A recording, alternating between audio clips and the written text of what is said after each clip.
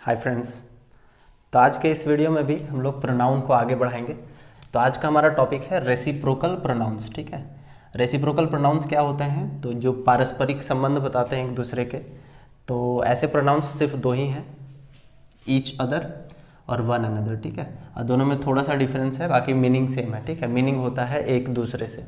ठीक, यानी कि सेंटेंस में जब भी इसका यूज़ होगा तो मीनिंग निकलेगा एक दूसरे से, लेकिन थोड़ा सा दोनों में अंतर है, वो मैंने लिख रखा है यहाँ पर कि ईच अदर का हम यूज़ तब करेंगे जब दो पर्सन्स की बात हो रही हो, यानी कि सब्जेक्ट कोई दो ही पर्सन हो।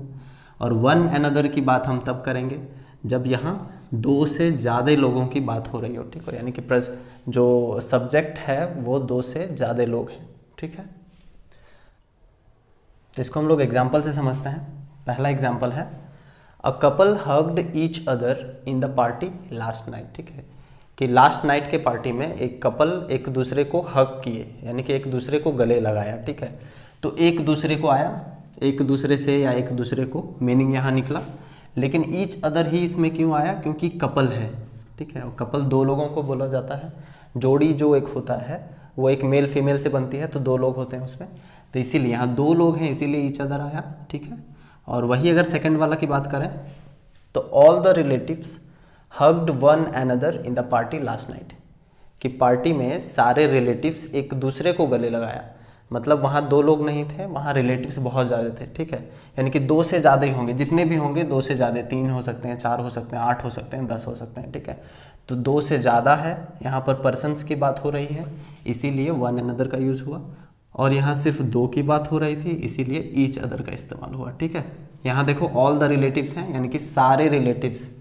तो सारे रिलेटिव्स दो तो नहीं है ना, यहाँ सर्टेन नहीं है कि दो ही हैं, तो पार्टी में बहुत सारे रिलेटिव्स आते हैं, तो यहाँ पर ये कंफर्म है कि दो से ज़्यादा लोग हैं, इसीलिए वन अनदर का इस्तेमाल हुआ। ठीक है, यानी कि दोनों में बस इतना ही अंतर है कि ये सिर्फ दो लोगों के लिए यूज़ होता है और ये दो से ज़्यादा लोगों के लिए यूज़ होता है। ठीक है, एक और एग्जाम्पल ले लेते हैं।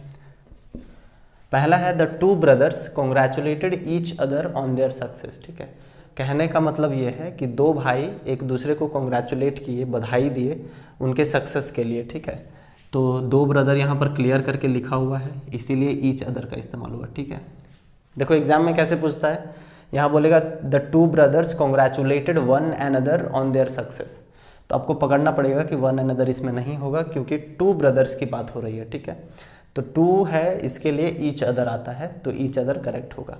क्लियर हुआ? उसी तरह सेकंड वाला में देखते हैं, all the team members congratulated one another on their success. ठीक है, कि जितने भी टीम मेंबर्स थे वो सारे के सारे एक दूसरे को बधाई दिए अपने सक्सेस के लिए। ठीक है, तो यहाँ पर ऑल द टीम मेंबर्स, देखो टीम में दो लोग तो होते नहीं हैं, दो से ज़्यादा ही होंगे, तो यहाँ पता चल रहा है कि दो से ज़्यादा मेंबर्स हैं और वो लोग एक दूसरे को कॉन्ग्रेचुलेट कर रहे हैं, तो यहाँ पर वन अनदर होगा, ये करेक्ट है। ठीक है, बट क्वेश्चन में कैसे देगा? All the team members congratulated each other on their success. सुनने में एकदम फ्लो में बिल्कुल बढ़िया लगेगा स्ट्रक्चर में बैठा हुआ है, अच्छा है, नो एरर है। लेकिन गड़बड़ यहीं पर है, क्योंकि दो लोग होते तो ईच अदर करेक्ट था, लेकिन दो लोग नहीं है, दो से ज़्यादा है, तो वन अनदर इसके लिए करेक्ट होगा। ठीक है, तो दोनों में यही अंतर है, कुछ ज़्यादा खास अंतर है नहीं। ठीक है, सिर्फ एक यूनिकनेस दोनों में है, तो ये ध्यान रखना। क्लियर हुआ?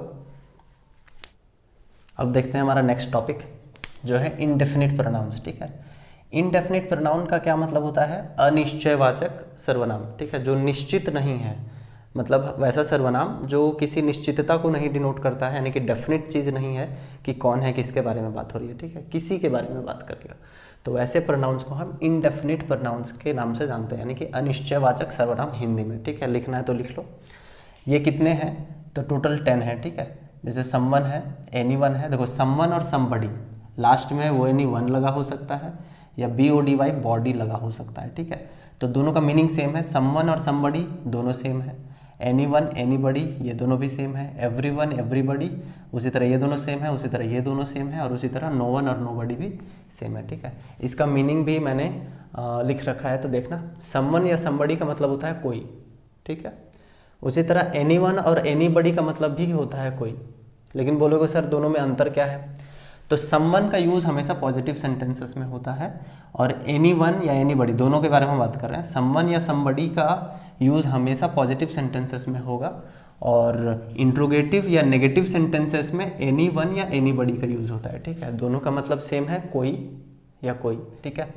फिर है एवरीवन, एवरीबडी का मतलब होता है हर कोई। उसी तरह ईच वन, ईच बडी, इसका मतलब भी होता है हर कोई, दोनों सेम है, मीनिंग भी सेम है।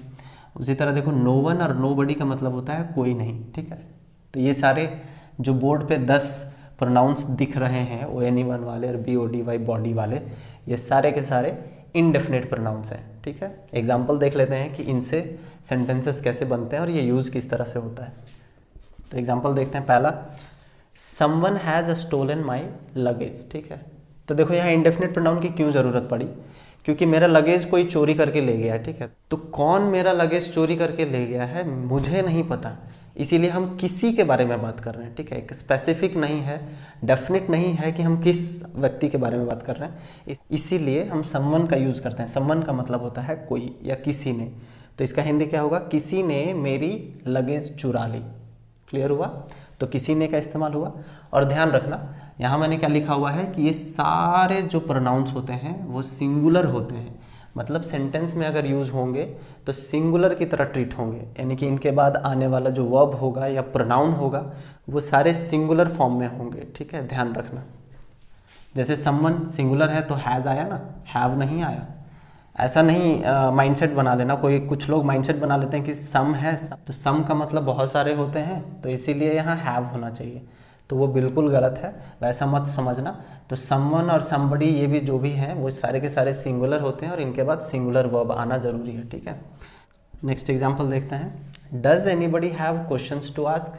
जैसे कि हम लोग टीचर लोग पूछते हैं ना कि क्या किसी के पास कोई क्वेश्चन है पूछने के लिए, तो एनीबडी का इस्तेमाल हुआ, ठीक है। तो एनीबडी का इस्तेमाल देखो क्वेश्चन मार्क वाला में, यानी कि इंट्रोगेटिव सेंटेंस है ये, ठीक है।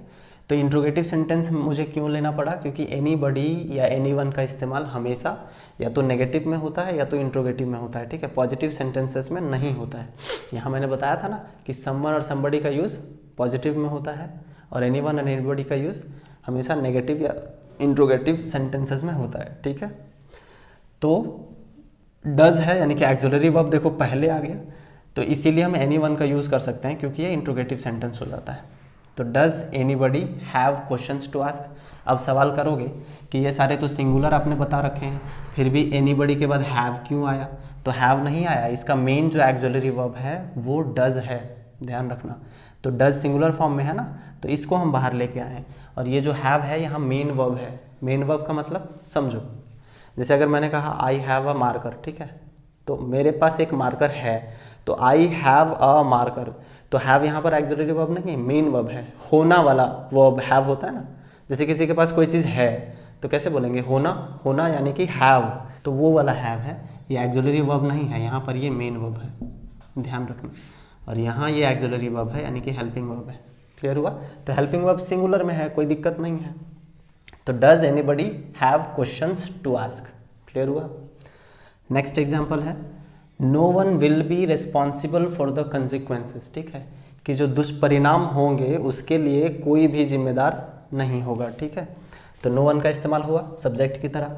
नेक्स्ट है, everybody has his own book in the class, ठीक है। Everybody has his own book in the class, कि क्लास में सभी के पास अपना किताब है, समझना। तो एवरीबडी देखो, वैसे भी मैंने एवरी लगा हुआ है, ये पहले मैंने पढ़ाया था ईच और एवरी वाला केस में, कि ये जब लग जाएगा तो सिंगुलर होगा, तो वैसे भी ये सारे सिंगुलर ही हैं। तो ध्यान ये रखना है कि इनके बाद कभी भी प्लूरल का इस्तेमाल नहीं करना, वर्ब भी इनके बाद सिंगुलर होना चाहिए और जो प्रोनाउन होते हैं वो भी सिंगुलर होना चाहिए। जैसे कि एवरीबडी के बाद देखो हैज़ आया, हैव नहीं होगा, क्योंकि एवरीबडी का मतलब क्या होता है, हर कोई, हर एक एक करके हम बात कर रहे हैं। तो एवरीबडी हैज़ हिज आया, देयर नहीं आया। देखो प्रोनाउन कहने का मतलब यही है, सिंगुलर प्रोनाउन का यूज़ का मतलब यहाँ देयर नहीं होगा, हिज होगा। तो everybody has his own book in the class. Clear हुआ? नेक्स्ट है, each one has to submit his documents to the principal, ठीक है, कि हर किसी को अपना डॉक्यूमेंट्स प्रिंसिपल को सबमिट करना है। क्लियर है? यानी कि हर बच्चे को अपना डॉक्यूमेंट्स प्रिंसिपल के पास सबमिट करने हैं। क्लियर हुआ? तो ईच वन है, तो ईच वन के साथ देखो सिंगुलर हैज़ आया और हिज आया, देखो हिज डॉक्यूमेंट्स, ठीक है। यहाँ क्वेश्चन कैसे बनाता है, ऐसे दे देगा एवरीबडी, यहाँ हैज़ करेक्ट देगा, everybody has their own book in the class. आप लोगों को लगेगा देयर का मतलब उनकी किताबें बोल रहा है, करेक्ट है, लेकिन करेक्ट नहीं है, ठीक है, क्योंकि ये सिंगुलर होते हैं, इसके बाद सारी चीज़ें सिंगुलर में आना बहुत ज़रूरी हो जाती हैं, ठीक है। तो ये ध्यान रखना, ये है बहुत ईजी, लेकिन अक्सर फ्रिक्वेंटली एग्जाम्स में पूछे जाते हैं और यहाँ से बहुत अच्छे अच्छे क्वेश्चंस बनाए जा सकते हैं, ठीक है, तो ध्यान देना। अब हम लोग कुछ क्वेश्चंस भी डिस्कस कर लेते हैं इन पे कि किस तरह हमें फंसाने की कोशिश करता है एग्ज़ाम्स में, ठीक है। तो पढ़ाने के बाद मेरा मन नहीं मान रहा था, मैंने सोचा यहाँ से बहुत ज़्यादा कन्फ्यूजन क्रिएट होता है, तो थोड़ा सा 2-4 क्वेश्चन हम करवा देते हैं ताकि आपको एक आइडिया हो जाए कि कहाँ कहाँ किस तरीके से वो चेंज करके दे सकता है और आपको कहाँ अलर्ट रहने की ज़रूरत है, ठीक है। तो पहला क्वेश्चन है, हम लोग देखेंगे कि गलती कहाँ पर है और किस तरह से उसको करेक्ट किया जा सकता है, ठीक है, वो कहीं भी हो सकता है। पहला क्वेश्चन है everyone is a hero in their life, ठीक है, तो इसमें क्या गड़बड़ है। आप लोग एक काम करो, ये सारे क्वेश्चंस भी नोट करो और इनके आंसर्स भी लिखते चले जाओ, ठीक है, तो हम एक एक करके बताते हैं, तो मिला लेना आप लोग कि पकड़ पाए थे कि नहीं, ठीक है। तो पहला क्वेश्चन है everyone is a hero in their life, ठीक है। तो देखो एवरीवन है, ये सिंगुलर होता है, एवरीवन एनीबडी। सबसे पहले तो ये सारे सब्जेक्ट्स जो होते हैं, इंडेफिनिट प्रोनाउन जो होते हैं, वो सिंगुलर की तरह ट्रीट होते हैं, तो इसीलिए सारे सिंगुलर होना चाहिए। मतलब इज़ करेक्ट है, अ हीरो भी ठीक है, इन ठीक है, लेकिन देयर गड़बड़ है। देयर क्यों गड़बड़ है, क्योंकि ये प्रोनाउन है और प्लूरल प्रोनाउन है, तो यहाँ प्लूरल वाला नहीं सिंगुलर होगा, तो यहाँ होगा हिज लाइफ, तब ये करेक्ट होगा। क्लियर हुआ। नेक्स्ट है everybody helped me at the airport, कि एयरपोर्ट पे, सॉरी एनीबडी है ना, कि एयरपोर्ट पे किसी ने मेरी हेल्प की, ठीक है। तो anybody helped me at the airport, इसमें सब नो एरर लगाए होंगे, है ना, लेकिन गड़बड़ कहाँ है, यहाँ पर एनीबडी यहाँ नहीं होगा, यहाँ होगा समबडी। समबडी लगाओ या समवन लगाओ, दोनों में कोई भी ठीक है। तो somebody helped me at the airport, क्यों गड़बड़ हुआ, क्योंकि एनीबडी का इस्तेमाल कभी भी पॉजिटिव सेंटेंसेस में नहीं होता, ये एक पॉजिटिव सेंटेंस है, ठीक है, क्योंकि इसमें नॉट कहीं नहीं लगा है और इंट्रोगेटिव भी नहीं है, ये तो पॉजिटिव है, सिंपल है। और पॉजिटिव में समबडी समवन का यूज़ होता है, एनीबडी का यूज़ गलत होता है, ठीक है। तो क्लियर हुआ, ये सेकंड वाला क्लियर हो गया। थर्ड है students helped each other to solve algebraic problems, ठीक है, कि स्टूडेंट्स जो है वो अलजेब्रिक प्रॉब्लम्स को सॉल्व करने के लिए एक दूसरे को हेल्प किए। क्लियर हुआ, यानी कि उन्होंने एक दूसरे की हेल्प की, स्टूडेंट्स सारे मिल करके, और सॉल्व भी कर दिए। तो सिंपल है, स्टूडेंट्स यानी कि प्लूरल है, ठीक है ना, बहुत ज़्यादा स्टूडेंट्स हैं। यहाँ 2 की बात नहीं हो रही है, ध्यान देना, यहाँ 2 लिखता तो ठीक था, बट 2 की बात नहीं हो रही है, तो यहाँ ईच अदर बिल्कुल गड़बड़ है, यहाँ होगा वन एनदर, वन एनदर, ठीक है। तो students helped one another to solve algebraic problems, अब ये राइट हो गया। नेक्स्ट है no one want to give their time for you, ठीक है, no one want to give their time for you, इसमें क्या गड़बड़ी है, तो नो वन अगेन सिंगुलर है, तो सबसे पहले जो वर्ब आएगा वो सिंगुलर फॉर्म में आएगा, तो यहाँ क्या होगा वॉन्ट्स, ठीक है, एस लगेगा। तो पहला गलती यहाँ था, और दूसरा गलती देखो प्रोनाउन भी प्लूरल दे दिया, तो प्रोनाउन भी सिंगुलर होगा हिज, ऑलवेज हिज। यहाँ हिज ही क्यों इस्तेमाल होगा, हर क्यों नहीं आ सकता है, क्योंकि ये डिपेंड करता है सिचुएशन पे, ठीक है, कि हम जिस सिचुएशन पे, जिस माहौल में हम यहाँ जहाँ पर हैं, जिस चीज़ के बारे में बात कर रहे हैं, तो हम अगर लड़कियों के बारे में बात कर रहे हैं, महिलाओं के बारे में बात कर रहे हैं, तो हर आएगा, और अगर पुरुषों के बारे में या लड़कों के बारे में बात कर रहे हैं तो हम हिज का इस्तेमाल करते हैं, ठीक है।